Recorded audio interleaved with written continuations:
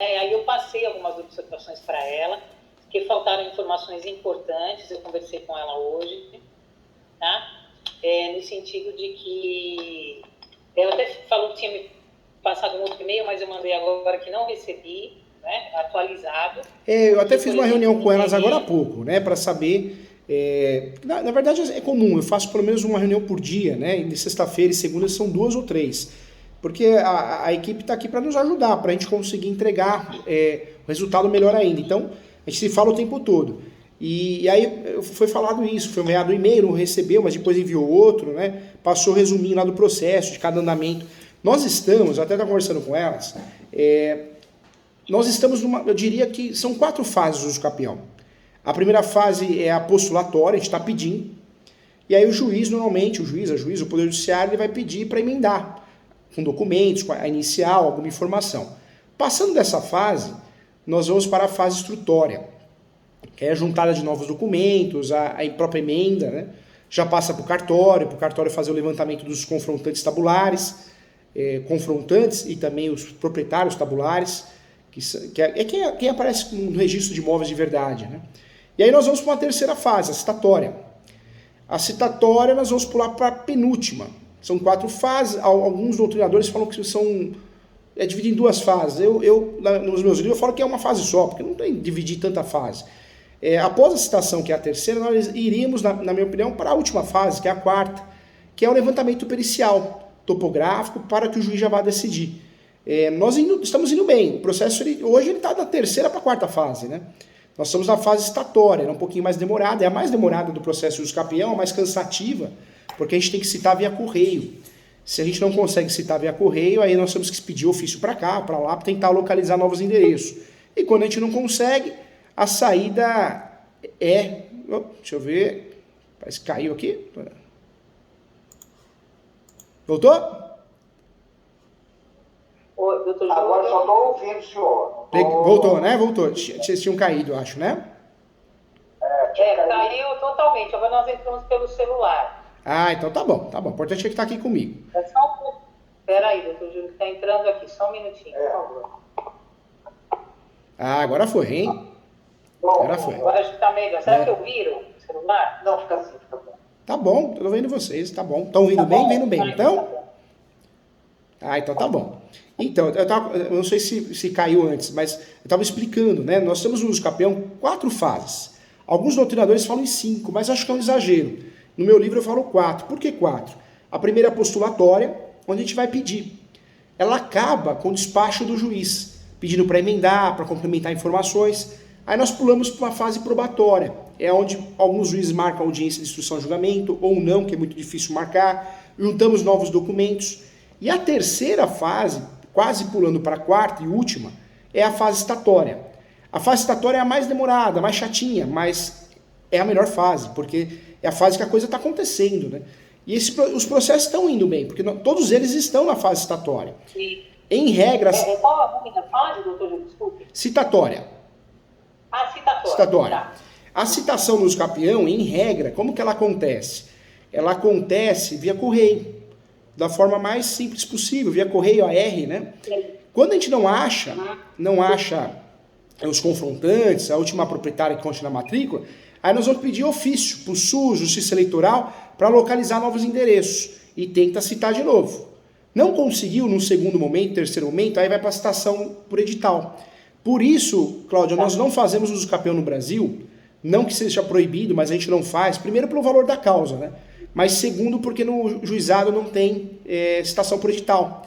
Porque o que nos salva no uso capião, que nos ajuda muito, é a citação por edital, né? Faz o processo andar. Então, tá indo muito bem, eu separei até aqui da rua Ibiguará, né? 348. Ibiguará, né? O terreno. Não houve contestação até agora, ninguém se habilitou no processo, isso é muito bom, que a gente até achou que alguém ia se habilitar, alguma coisa, até agora não aconteceu. E tá andando, tá no prazo. O outro processo do 342 também está na fase de citação. Também ninguém se habilitou, ninguém questionou, até o momento nada. E o outro, né, que é da rua São Calil, né? São Calil? Caulau, que é aqui. Calau, que aí São Paulo. está na fase de citação também por edital. Aí tem a questão do espólio que eu queria explicar para vocês. Isso. Cada juiz, o uso campeão tem uma regra. A gente tem que citar os confrontantes, tem que citar o último proprietário que conste na matrícula, seja os herdeiros ou o falecido ou seus herdeiros. Manifestação é uma regra básica. Só que cada juiz tem o seu checklist. Assim como o cartório tem. Então tem juiz, eu acho importante citar o espólio. Não tem nem espólio, não tem inventário em andamento. Entendeu? Não tem lógica, né? Então, sai a publicação, aí você explica, não tem espólio. Ou quando o juiz, a juíza já aponta, requer que seja citado espólio tal. Tá bom, requer a citação por edital do espólio. Que espólio? Não tem espólio. Mas para não comprar briga na hora errada, o processo está indo muito bem, às vezes a gente fica calado em algumas situações, né? Entendi. Tá. Sobre o que eu falei com a Fabiana, doutor Júlio, foi o seguinte, ela não falou nada sobre o BNDES na questão do terreno, né? Ela não colocou nem que tinha sido citado e nem que não tinha sido citado, que é uma preocupação macro, né? Por conta da execução, né? Então, enfim, aí ela pôde verificar isso, tá? Citou o Banco Royal, que era o... Citou... Eu sempre falo para os alunos, né? O menos é mais. O que a gente tem que fazer no uso capião? Como o uso capião é uma ação declaratória, a gente não pode entrar em questões polêmicas, contraditórias. Então, quem a gente tem que citar de verdade, a gente pede. Quem não tem, a gente não é obrigado a pedir a citação. Aí, aos olhos do juiz, da juíza, do Poder Judiciário, o crivo deles, não, eu quero que esse aqui seja citado como terceiro, para saber se ele quer se habilitar ou não. Mas vai de cada juiz, né? Existe essa abertura, o princípio da autonomia. Agora a gente não pode ficar pedindo a citação de um ou de outro para se complicar, entendeu, Cláudio? Porque como é uma ação declaratória e a gente está batendo na porta do Poder Judiciário para pedir a regularização da posse, não vamos correr esse risco. E você viu que as suas irmãs foram citadas, hein? Elas estão sabendo, hein? Comentaram alguma coisa? Então, veja bem, duas coisas que eu queria lhe falar. Em relação, só para a gente finalizar esse papo, em relação ao BNDES do terreno, por exemplo, a minha preocupação é, se for todo mundo não citou o BNDES, vem alguma sentença, pode ser quebrado, né? Só essa preocupação que eu tenho. Né? Porque o BNDES, se ele não foi citado, se a Fabiana, como ela não colocou nem que sim, nem que não, se ele não foi citado no terreno, ele é parte chave, né? Tem que ser citado. Não, mas hoje, na verdade, o que a gente segue? Eu sempre falo para os alunos, não adianta a gente ter achismo no processo dos campeão, que é perigoso. O que a gente tem que fazer? Sim. O processo dos campeão, ele vai para o cartório faz o levantamento, juiz, tem que citar esses, a gente segue o barco. A gente vai citar sempre conforme o relatório do cartório. Por quê? Para não correr risco, né? Não adianta, eu sempre falo, até eu faço muita mentoria aqui, até eu atendi antes de vocês um advogado. Mas eu pedi para o juiz que tinha que citar fulano. Eu falei, você está errado. Por que você está errado? Porque você está comprando uma briga desnecessária. Se o relatório do cartório não pediu para citar e o juiz também não, você segue a linha, segue o barco, entendeu? A pergunta que eu faço, isso não vai abrir um precedente para o BNDES, que ele pode entrar em qualquer momento no processo. Pode. Em segunda instância, pedir a anulação. Não, isso não é. A anulação, ela está vinculada ao quê? É diferente de um testamento, um inventário. Eu faço um inventário, um exemplo. Nesse inventário, eu esqueço um herdeiro.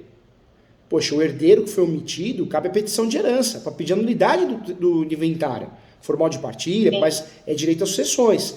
Agora a gente está trabalhando com o quê? Com posse. Posse é enunciado no 492. Posse, eu estou batendo na porta do Poder Judiciário, estou falando, Judiciário, eu tenho os requisitos para transformar essa posse em propriedade. Eu quero exercer esses requisitos. Se no processo citatório o Judiciário não entendeu necessário citar fulano ou fulano, isso não vai gerar nulidade, entendeu? Mas mesmo, doutor, ele sendo, no caso... A pergunta... porque o gravame, né, está gravado e está no nome dele. Mesmo. Porque o gravame é uma expectativa de direito. Não passa disso, né?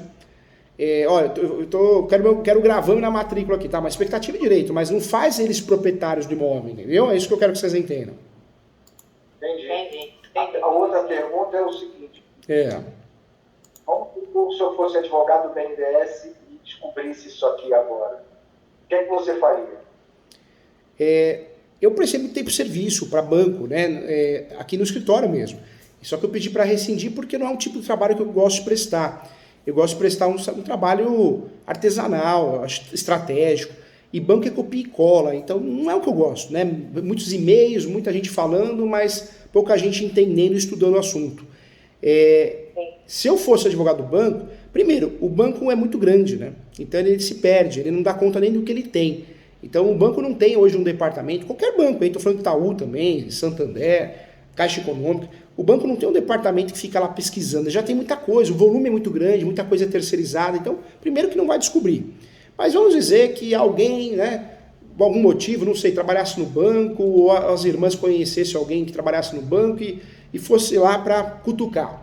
E aí essa pessoa levaria para o lado pessoal, né? Não vai acontecer, mas vamos dizer que fosse essa história.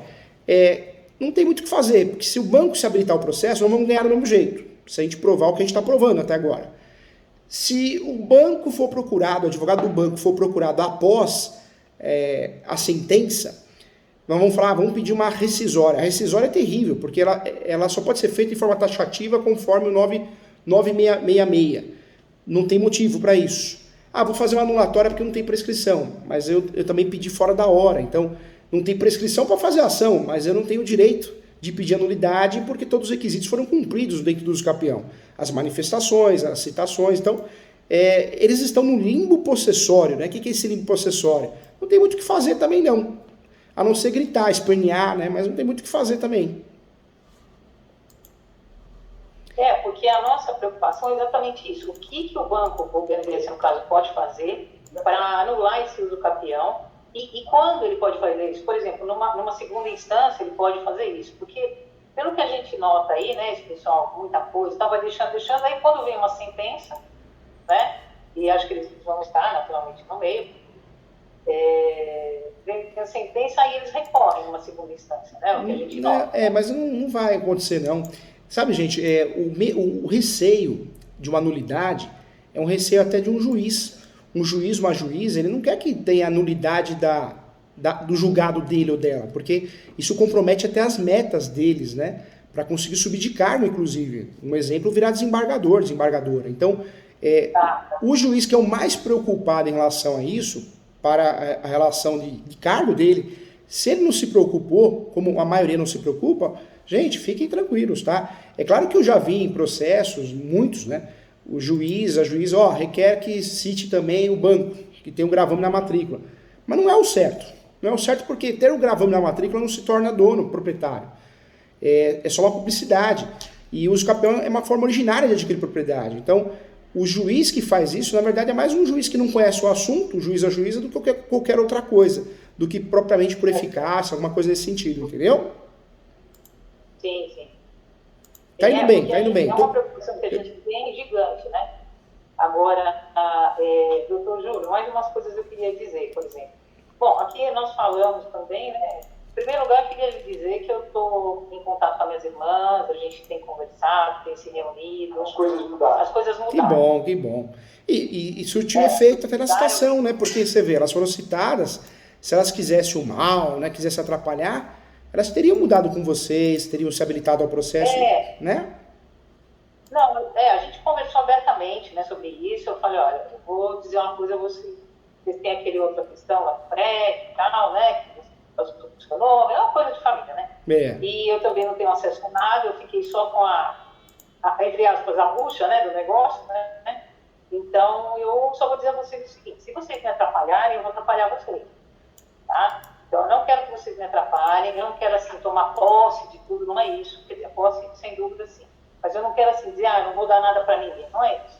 A gente vai somar o que vocês têm, né, que vocês ficaram com o que tem, né, e a gente faz aí o encontro de contas aí e divide o que tiver que dividir, né.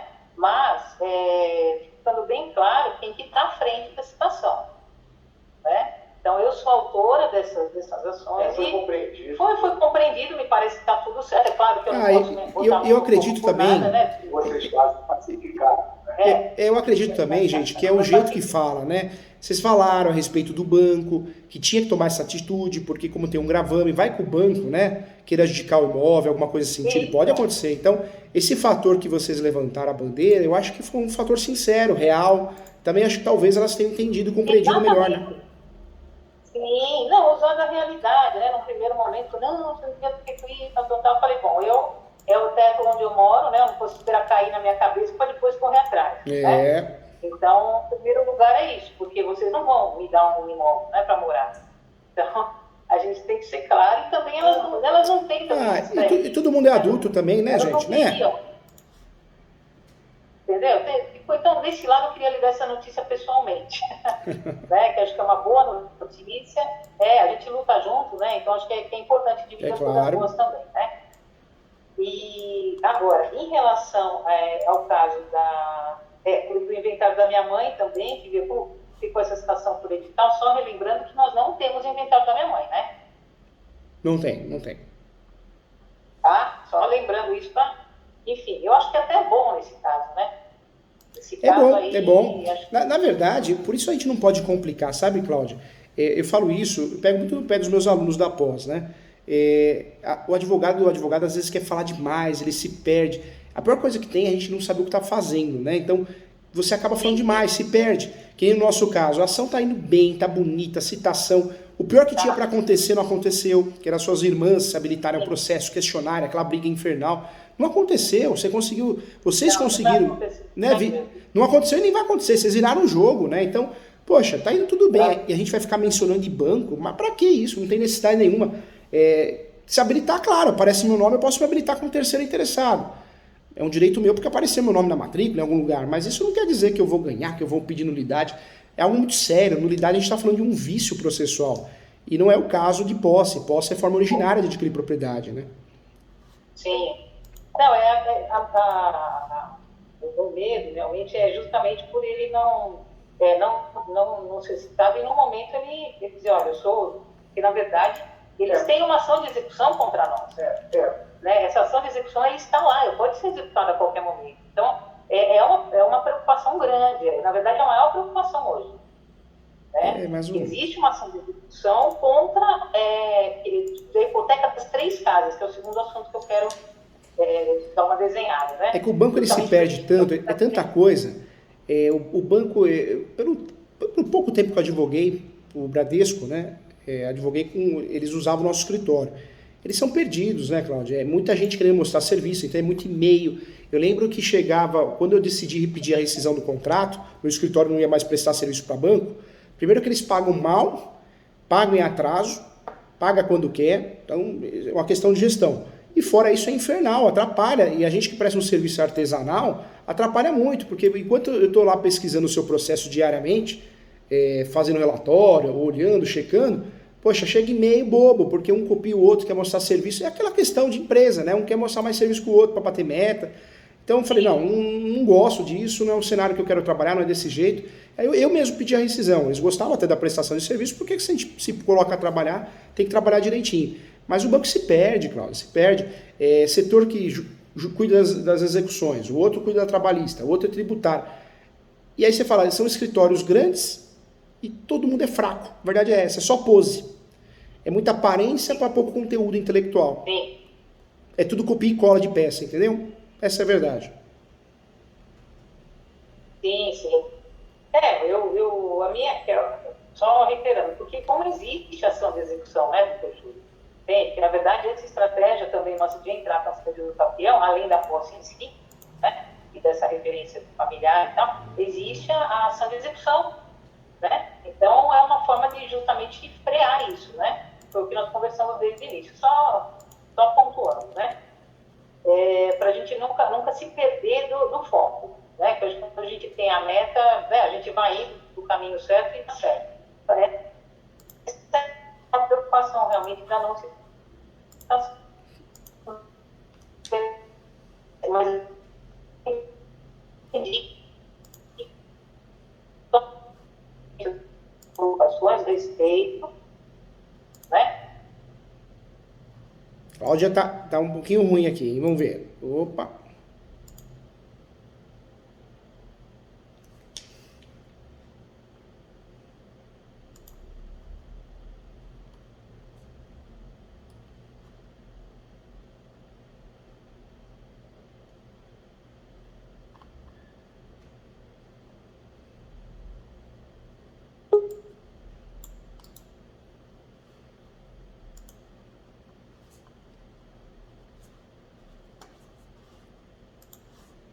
Voltou? Voltou, agora voltou. Olha lá. Voltou. Não querendo nos romper, mas não vamos conseguir. Claro que não. A gente entra de novo, faz parte. A gente entra de novo. Então, doutor Gil, então para a gente não se perder dessa questão do meu receio, né? Para a gente ter o foco e não se perder disso. Mas eu entendi. É que uma ocasião eu conversei, já vou falar o nome dela, conversou muito tempo comigo com uma parceira sua aí no escritório. Não, todo mundo aqui no escritório é CLT, registrado. Eu sou muito chato em relação a isso, viu, Cláudio? Eu falo porque às vezes... Não, é verdade. Eu disse parceira no sentido de estar... Não é nem de disse parceira porque ela estava junto na entrada, quando nós começamos os processos. Ela estava sabendo, tá? Não foi nesse sentido, não. Então, nós até conversamos, e ela falou assim, sabe, Cláudia, eu até citei isso, eu falei, bom, mas se o cartório, né, diz, olha, esse pessoal, e de repente não está o banco, ela falou, mas aí, lá na frente, vocês podem se prejudicar, porque se dá uma sentença, o banco pode dizer que não foi citado. Né? Então isso veio à minha mente, porque eu realmente não tenho conhecimento, exceto o meu trabalho de TCC. Sabe, Cláudia, por isso, né? tudo passa por mim aqui, viu? Tudo. Por quê? Porque as pessoas, elas ficam pensando as coisas, não, é verdade. Não. Mas não tem sentido, né? Na verdade, a gente comprar uma briga com um banco, vai cutucar o vespeiro, para quê? Não tem sentido, né? Eu entendo isso. E eu vou fazer um link, que é uma pergunta em relação a isso. Então, primeiro eu queria lhe contar, né, me relembrar, que no dia 20 de abril, inclusive foi o aniversário de falecimento da minha mãe, de 10 anos. Então, e dia 19 foi seria o aniversário de vida, veja. Nossa. 19 de vida e dia 20 de foi bem pesado. A pessoa nunca vai imaginar, né, que vai perder a vida. Meu Deus. Não, uma coisa louca, sabe, doutor Júlio? Louca. A gente tem que estar muito... Se bem que eu já vi cada coisa, Cláudio. Já vi um casal, o marido faleceu de manhã.